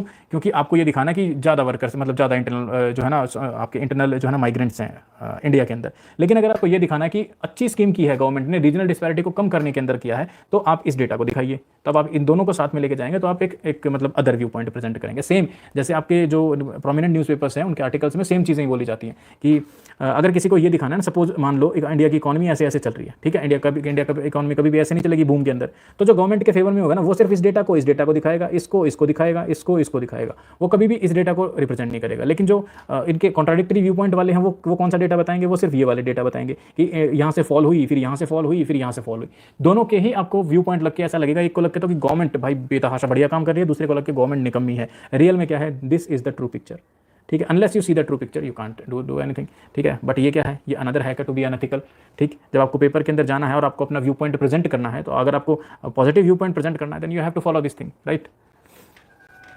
चलिए आगे चलते हैं। अर्बन पॉपुलेशन के अंदर 47% माइग्रेंट है, मतलब कि शहरों के अंदर ज़्यादातर लोग बाहर से ही आए हैं, शहरों के अंदर नहीं है। और ये लोग 10% ऑफ इंडियन जीडीपी के अंदर कंट्रीब्यूट करते हैं। अब सोचो, जो लोग गरीब एरिया से आया है, रिच एरिया के अंदर, रूरल एरिया से आया है, सिटी के अंदर या फिर एक स्टेट से दूसरे स्टेट के अंदर, अब वो क्या भेज रहा है, एक तरह से रेमिटेंस भेज रहा है। तो जब वो रेमिटेंस वापस अपने घर पर भेज रहा है तो वहाँ पे पैसा जा रहा है, तो it would reduce the inequality, it would reduce the poverty. So that's why migrant labours are they have to be respected. Then migration pattern की बात करें तो सेंसस 2011 क्या बोलता है, रूरल टू रूरल, मतलब कि अगर एक स्टेट से दूसरे स्टेट के अंदर है और रूरल से गांव के अंदर कितने लोग जाते हैं, 54%। This is a strange data, ठीक है। 54% लोग ऐसे हैं जो रूरल से रूरल एरिया के अंदर जाते हैं। ऐसे माइग्रेंट लेबर ऐसे हैं जो 54% है। अर्बन से अर्बन एरिया, मतलब कि एक स्टेट के अर्बन एरिया से दूसरे स्टेट के अर्बन एरिया के अंदर कितने प्रतिशत माइग्रेंट वर्कर्स हैं, 20%। रूरल से अर्बन कितने हैं, 20%। और अर्बन से रूरल कितने हैं, 6%, ठीक है। ये तो एकदम मतलब ऑब्वियस है कि भाई शहर से कोई गांव की तरफ क्यों ही जाएगा, तो ऐसे सिर्फ 6% लोग हैं, ठीक। बाकी 20 and 54%। Then largest source of migrants कौन है, वैसे मेरे को तुक्का मरवाना चाहिए था पर समय की कमी है, यूपी और बिहार के अंदर। और लार्जेस्ट रिसीवर कौन है, महाराष्ट्र और दिल्ली, यहाँ पे सबसे ज़्यादा लोग आते हैं। प्रॉब्लम्स क्या क्या फेस करते हैं माइग्रेंट लेबर, पुअर हाउसिंग, घर अच्छा नहीं होता, हेल्थ अच्छी नहीं होती, खाना अच्छा नहीं मिलता, सैनिटेशन कंडीशंस बहुत बुरी हैं। एक चौल के अंदर मतलब बहुत सारे लोग रहते हैं ना, एनसीईआरटी के अंदर चौल के बारे में डिस्क्रिप्शन भी है। देन एक्सप्लॉयटेशन बाय एम्प्लॉयर भी एक्सप्लॉयट करता है, बहुत ही कम तो पैसे देता है क्योंकि उनको वहाँ के लॉ के बारे में कोई जानकारी नहीं, और उनको छोड़ो मतलब पढ़े लिखे बच्चों को भी जानकारी नहीं होती। Poor wages, long working hour, बहुत लंबा लंबा काम करवाते हैं, सोशल सिक्योरिटी भी प्रोवाइड नहीं करते उनको। इसके अलावा सोशल एक्सक्लूजन, जैसे कि समाज के अंदर उनकी लैंग्वेज अलग होती है। सपोज जैसे बिहार के कुछ लोग हैं, if they are working in the Tamil Nadu, then वहाँ की तमिल लैंग्वेज है, बिहार के अंदर हिंदी या अदर लैंग्वेज बोली जाती है, सो लैंग्वेज बैरियर है। कल्चरल शॉक, यहाँ पे वो कुछ खाते हैं, यहाँ पे कुछ और खाने को मिलेगा, देन कल्चरल शॉक। इसके अलावा दूसरे जो सेलिब्रेशन हैं उसके अंदर मेजोरिटी कम्प्लेक्स, यहाँ पे जो मेजोरिटी होगी, या हमने रिसेंटली देखा था एक दो साल पहले गुजरात के अंदर जो बिहार के वर्कर्स थे उनको बाहर फेंका गया था, मतलब ऐसे एक ड्राइव सी चली थी सोसाइटी के अंदर, तो पुलिस वगैरह को भी बहुत तगड़े इंतजाम करने पड़े थे। मेजोरिटी के अंदर ऐसा होता है कि they are changing our demography, ठीक है, वो हमें लूट रहे हैं। Then exploited by local politicians, इस फीलिंग को लोकल पॉलिटिशियंस पकाते हैं, भुनाते हैं, ठीक है। और फिर जो है ना टारगेटेड एट्रोसिटीज़ होती हैं अदर स्टेट्स के लोगों के ऊपर। So these are the problems faced by the migrant labours. और फिर उसके बाद स्कीम्स क्या है, वन नेशन वन कार्ड और असीम पोर्टल, आत्मनिर्भर स्किल्ड एम्प्लॉयर मैपिंग, कि भाई जिसको जहाँ पे चाहिए, जैसे मान लो कोई रीजन है यहाँ पे जो है ना एक किसी एम्प्लॉयर की फैक्ट्री है, तो वो डाल देगा मेरे को ये वर्कर्स चाहिए, तो यहाँ के वर्कर्स बाहर जाने के बजाय वो इस पोर्टल के ऊपर ही देखेंगे एंड वो इनके साथ कॉन्टैक्ट करेंगे। या फिर अगर उन्होंने इस एरिया के अंदर अपने आपको रजिस्टर करवा रखा है और कंपनी ने कभी वैकेंसी निकाली, then they will look at this portal, right. पर ये पोर्टल रेयरली ही काम करते हैं। Then affordable renting housing complex, then PM Garib Kalyan Yojana, Shram Yogi Maandhan, enhanced MNREGA wages, MG NREGA wages की उनको एनहांस कर दिया जाए ताकि जो है ना जो रूरल से रूरल माइग्रेशन है वो कम हो सके, है ना। इसके अलावा कुछ एक्ट हैं, code on occupational safety social security के ऊपर, और unorganised social security act 2008, interstate migrant workman act 1979। इनमें से कोई भी एक्ट, एक आधा एक्ट जो भी आपके दिमाग में याद रह जाए वो ठीक है, दैट इज़ फाइन, ओके। चलिए देन अभी हम देखेंगे SC ST एंड OBC, ठीक है। ये बहुत मेहनत से करके मैंने कंपाइल करके लिखा है, ठीक है। यहाँ तक कि मेरे ऑप्शनल के भी नोट्स को मैंने इसको रेफरेंस किया है इसको लिखने के लिए। तो और कितना बच गया, SC ST देन माइनॉरिटीज़, ठीक है। चलो हो जाएगा कंप्लीट, डोंट वरी हो जाएगा।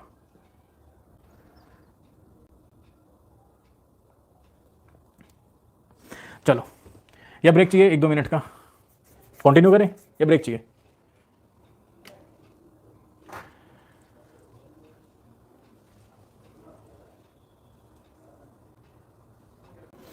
शुरू में तो 5-6 सेकंड का लैग होता है, लेकिन बढ़ते बढ़ते ना इस समय पे बहुत ज़्यादा लैग हो जाता है।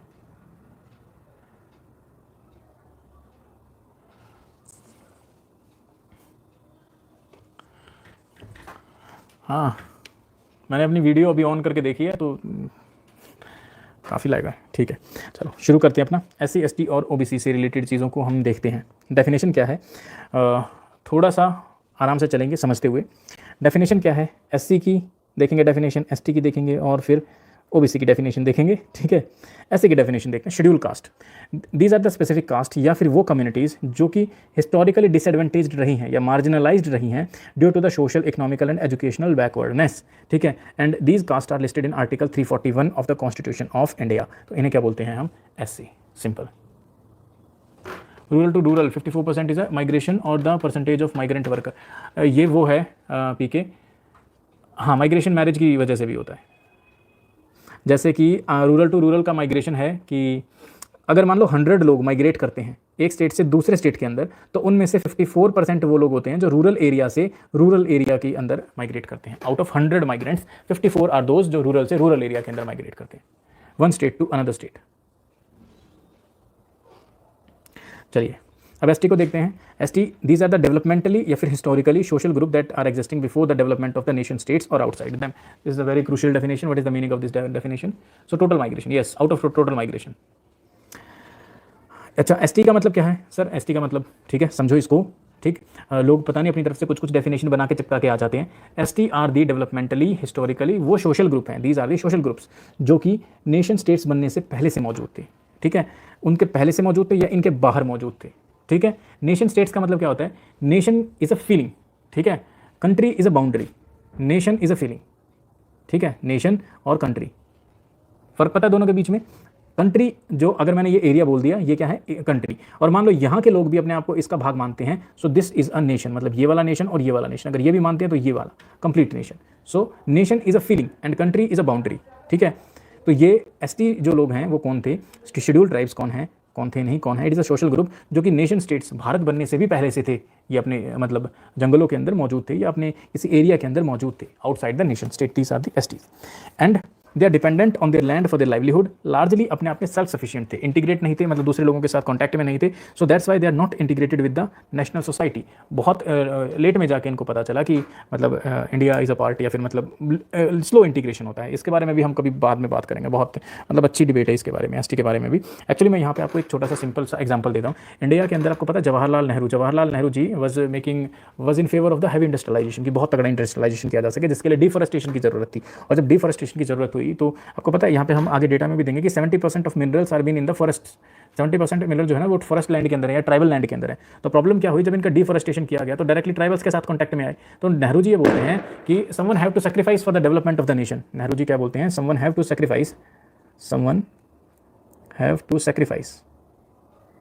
For the development of the nation.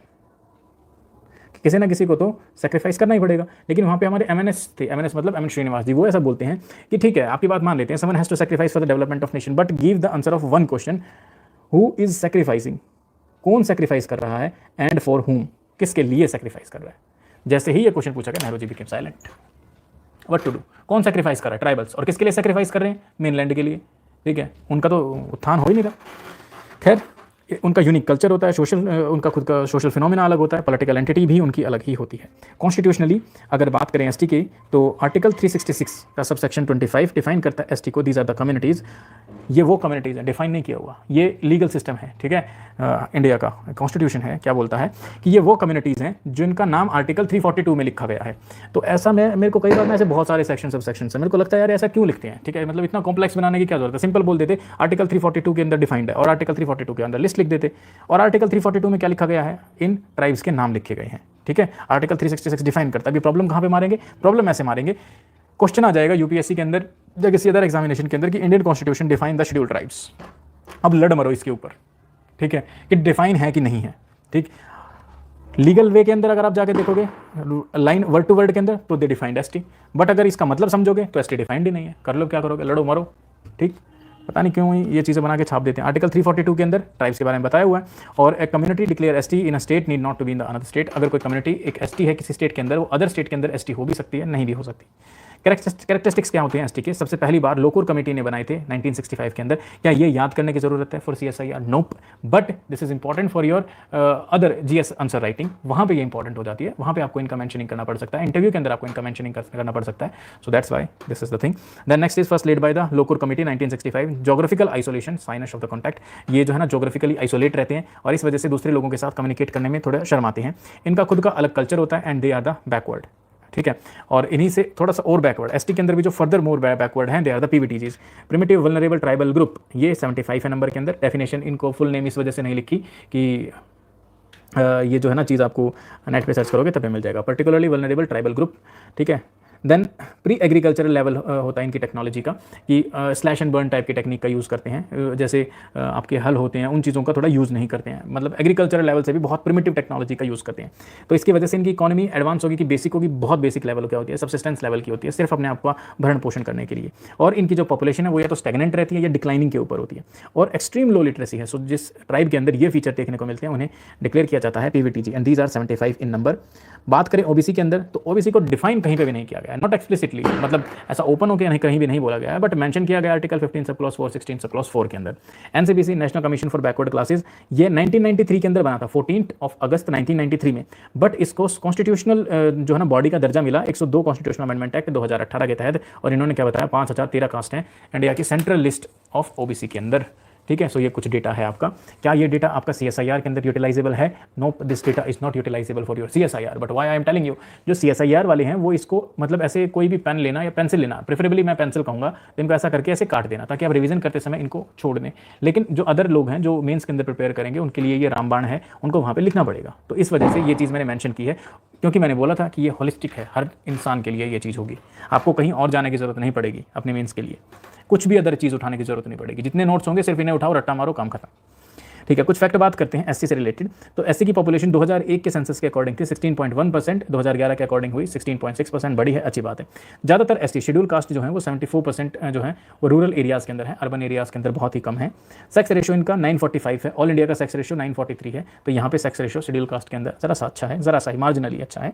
Literacy rate की बात करें तो लिटरेसी रेट हर हाल में इनका डाउन है, जैसे कि ओवरऑल अगर बात करें शेड्यूल कास्ट का लिटरेसी रेट था 66%, लेकिन इंडिया के अंदर उस समय पे इंडिया का 2011 के सेंसस है ये, उसका डेटा है, इंडिया के अंदर कितना था 73%, लेकिन अब ये 73% से घट के कितना हो गया है आपका, अच्छा ये वो नहीं है, sorry, not a literacy rate, ये लिटरेसी रेट, हाँ शायद पता नहीं, लिटरेसी रेट ये 71.8% कम हो गया ये लिटरेसी रेट ओवरऑल, यस। पर ये पीरियोडिक लेबर फोर्स सर्वे लिखा हुआ है मैंने, इसको मैं क्रॉस चेक करके बताता हूँ आपको। नहीं ये ठीक ही है, ठीक है, ये पीरियोडिक लेबर फोर्स सर्वे के हिसाब से जो लिटरेसी रेट है वहाँ पे होना चाहिए लेबर फोर्स का, लेकिन उन्होंने लिटरेसी रेट के बारे में भी बता रखा है एससी के अंदर कि जो लोग लेबर के अंदर एंगेज्ड हैं उनमें से लिटरेसी रेट कैसा हुआ है। तो ये पीरियोडिक लेबर फोर्स सर्वे का है 2017 का, उसके हिसाब से डिक्रीज़ हुआ है, ठीक है, एससी के अंदर, ठीक, ये डिक्रीज़ हुआ है 2017 के हिसाब से, आगे बढ़ गया होगा। फीमेल के अंदर कितना था 56.5%, 64 इंडिया का, इसी तरह यहाँ पे लिखा हुआ है। बट जो जानने वाली बात यह है कि 57% of schedule caste are the undernourished, खाने पीने के लिए नरिशमेंट अच्छा नहीं है, right. Then NHRC, national human right commission, 2020 का ये डेटा है, और ऐसा बोला जाता है कि शेड्यूल कास्ट के अंदर अगर 1000 बच्चे हैं उनमें से 83 बच्चे तो 5 साल की उम्र से पहले ही उनकी डेथ हो जाती है। 39%, लगभग 40% आप लिख सकते हो, ये विडंबना है भारत के सरकारी स्कूलों की। 40% गवर्नमेंट स्कूल्स के अंदर अभी भी दलित जो हैं वो अलग से बैठ के उनको फोर्स किया जाता है कि वो अलग से खाएं, सब लोगों के साथ बीच में ना खाएं। 39% of government schools, this is a strange and huge data.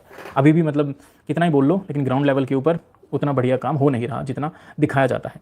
Unemployment rate की बात करें तो अराउंड 6% अनएम्प्लॉयमेंट रेट है शेड्यूल कास्ट के अंदर। बात करेंगे एसटी की, एसटी की पॉपुलेशन कितनी है जी 8.6%, राइट। एससी की पॉपुलेशन कितनी है 16%। अगर मैं आपको मोटा मोटा रफ आइडिया दूं तो आप इसको 8% भी लिख सकते हैं और एससी को 16% भी लिख सकते हैं, याद करने में आसानी रहेगी, 8 का डबल 16%, ठीक है। फिर उसके बाद यहाँ पे आप कुछ भी लिखो, मतलब आपको पता है प्लस में डालना होता है, तो वहाँ पे आप 16.4 लिखोगे, मौत नहीं आएगी। यहाँ पे 8.4 लिखोगे, कोई दिक्कत नहीं होगी, ठीक है, बट आपको याद हो जाएगा, ठीक। इनका सेक्स रेशियो कितना है 990, ट्राइबल एरिया का सेक्स रेशियो देख रहे हो, बहुत तगड़ा है, ठीक है। और ये मैं आपको बता रहा हूँ, if you are appearing for the state public service commission या यूपीएससी के अंदर, तो वहाँ पे क्वेश्चन पूछा जा सकता है, और आई थिंक पूछा भी गया होगा एक बार, कि जो सेक्स रेशियो है वो डेवलपमेंट के साथ मैच नहीं करता है, ठीक है। सेक्स रेशियो जो है वो डेवलपमेंट के साथ मैच नहीं करता है, ठीक, ये देखो आप यहाँ पे, या सेक्स रेशियो जो है वो लिटरेसी के साथ मैच नहीं करता है, लिटरेसी। अब ये चीज़ आप जैसे पढ़े लिखे लोगों के लिए बहुत अजीबोगरीब हो जाएगी, क्योंकि आप लोगों को लगता है कि जो अनपढ़ एरिया है वहाँ पे सेक्स रेशियो खराब होता है, ठीक है, जबकि रिवर्स होता है। सो इस कंसेप्ट को समझना, जहाँ पे थोड़े कम पढ़े लिखे लोग होते हैं वो सेक्स सिलेक्शन के अंदर नहीं जाते, उनके लिए male and female are same, ठीक। जो आधे पढ़े लिखे लोग होते हैं they went for the sex selection technology, right. So this concept is must have to be cleared by you. Then overall literacy rate ST के अंदर 59%, सी यहाँ पे कितना है 59%, यहाँ पे ओवरऑल 66%, यहाँ पे सेक्स रेशियो 945, यहाँ पे सेक्स रेशियो 990, है ना। चलिए आगे चलते हैं।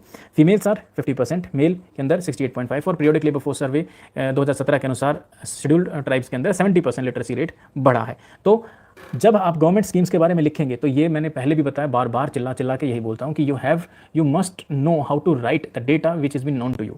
जब आप लिखेंगे कि एसटी के अंदर गवर्नमेंट ने बहुत सारी स्कीम्स लॉन्च करी हैं और उन स्कीम्स का बहुत बेनिफिट हुआ है, and this is the proof that their literacy rate increase from 59% to 70% in a very short period of time. ये आपने लिखना है, ये आपके लिए बनाया गया है, so you have to think in this manner. Unemployment rate 4%, 70% of mineral resources जो हैं वो ट्राइबल एरियाज़ के अंदर हैं, और मोस्टली 90% जो ट्राइबल लोग हैं वो अपने एग्रीकल्चर के ऊपर डिपेंडेंट होते हैं, जल जमीन जंगल इन्हीं का आइडियाज़ होता है। Then average distance in school in the tribal areas is around 5 kilometre, despite of that the literacy rate is 70%. See the zeal in the tribal areas, right? Around 95% of the tribes in India shows the impact of Hinduism.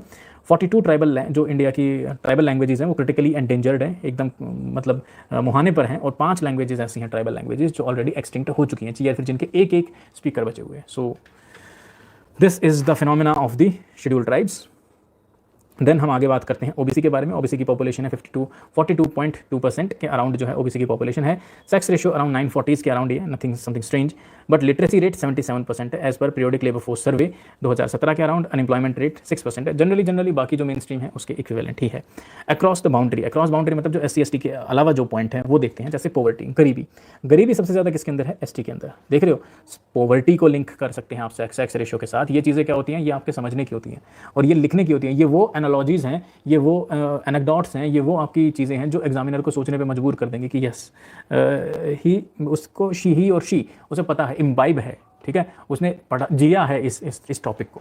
तो ST के अंदर despite of being the poverty sex ratio बहुत अच्छा है। Despite being of the poverty उनका जो है ना जो लिटरेसी रेट है वो अच्छा इंप्रूव हुआ है, ठीक है। देन इसके बाद एससी पॉवर्टी लेवल 33%, ओबीसी के अंदर poverty level 27.2% as per the global multidimensional poverty index. इसके अलावा कुछ एक्ट है जैसे SC/ST एट्रोसिटीज एक्ट, इसके अंदर 94% पेंडेंसी है केसेस की, मतलब अगर 100 केसेस रजिस्टर्ड है तो 94 जो है पेंडिंग पड़े हैं, ठीक है। देन टोटल बॉन्डेड लेबर्स, अगर बॉन्डेड लेबर्स के बारे में बात करें, बंधुआ मजदूरी करवाई जाए तो अगर 100 बंधुआ मजदूर इंडिया में देखे जाते हैं तो उसमें से 83 किससे बिलोंग करते हैं? SC और ST को। This is the proof that still bonded labours are the caste attached, ठीक है।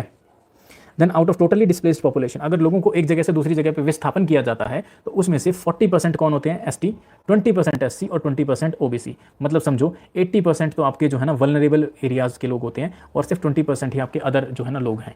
तो समझो कि दिस इज़ द विडम्बना, जिसको हम बोलते हैं मेजॉरिटी की विडम्बना, राइट, ठीक है। प्रॉब्लम्स क्या हैं?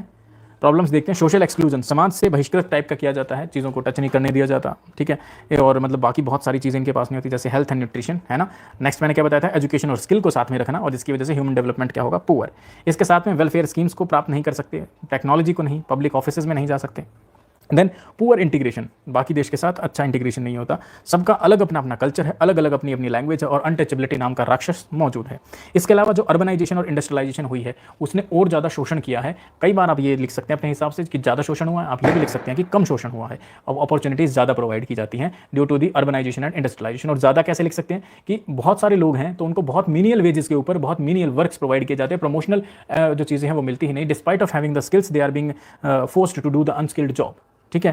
देन इंडिया की स्टीरियोटाइप सोसाइटी होती है, लिमिटेड एम्प्लॉयमेंट, मतलब स्टीरियोटाइप सोसाइटी की वजह से कि जैसे अगर आप SC हो तो आपको पढ़ने का अधिकार नहीं है, आपको सिविल सर्विसेज में जाने का अधिकार नहीं है, आपको ये करने का अधिकार नहीं है, वो नहीं है। तो स्टीरियोटाइप सोसाइटी है जिसकी वजह से आपकी लिमिटेड एम्प्लॉयमेंट हो जाती है और लाइवलीहुड चॉइसेस आपकी लिमिटेड हो जाती हैं, आप काम ज़्यादा नहीं कर पाते। इसके साथ ही में मैरिज चॉइसेस आपकी रेस्ट्रिक्ट कर दी जाती हैं, ठीक। पुअर पॉलिटिकल रिप्रेजेंटेशन है despite of being giving the reservation, ठीक है, और जो रिजर्वेशन होता है उसके अंदर भी बड़े माफिया लोगों का हाथ होता है।